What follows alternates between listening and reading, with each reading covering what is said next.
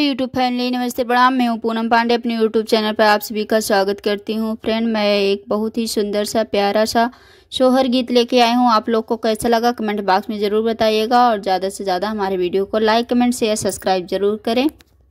एक फूले फूले हो अवधपुरे, एक फूले गोकुले, के फूले गोकुले हो ललनाए के फूले फूले मोरे अचरात कान्हा के जन्म भैले, ललना के जन्म भैले हो ललनाए के फूले फूले मोरे आंचल कन्हैया के जन्म भैले, ललना के जन्म भैले हो।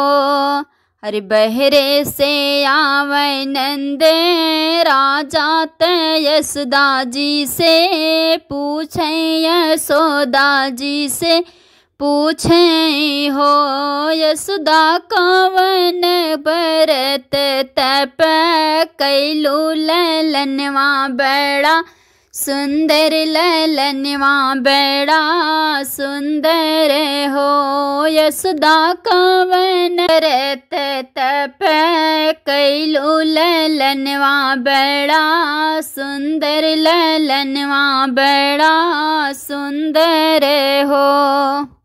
कैनी बरत एकादशी द्वादशी पारण द्वादशी पारण हो नंद जी विधि से कैनी ऐतवार, ललन बड़ा सुंदर, ललन बड़ा सुंदर हो नंद जी विधि से कैनी ऐतवार, ललन बड़ा सुंदर अति मन मोहक हो।